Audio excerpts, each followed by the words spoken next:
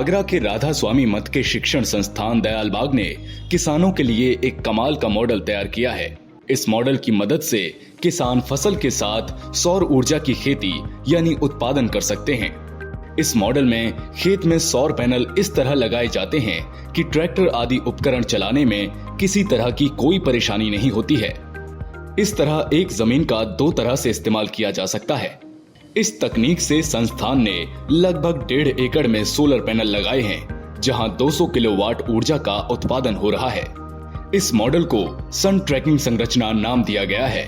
संस्थान ने अभियांत्रिकी की करीब 1 वर्ष की मेहनत के बाद एक ऐसा मॉडल तैयार किया जिसमें खेत में फसल के साथ ही सौर ऊर्जा का उत्पादन किया जा सकता था। असल में खेत में सौर पैनल लगाने के आम तरीके में ऐसी जगह नहीं बचती है जिसमें की खेती की जा सके। इसी समस्या पर काम करते हुए उन्होंने अपना मॉडल तैयार किया। इसमें 9x9 के फ्रेम में 345 वाट के 32 सोलर पैनल रखे गए। इसे 6 मीटर ऊंचे लोहे के साथ खंबे पर लगाया गया।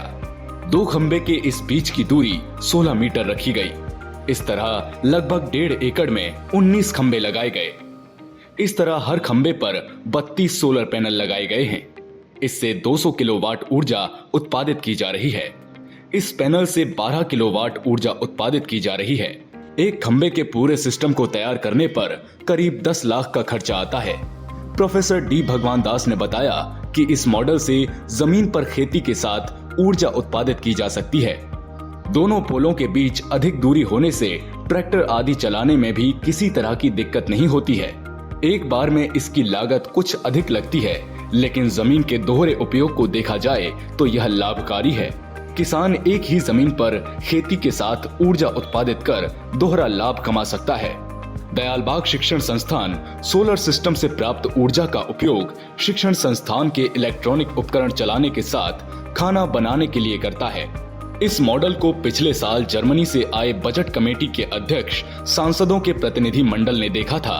उन्होंने जर्मनी में भी इसी मॉडल के प्रयोग की बात कही थी।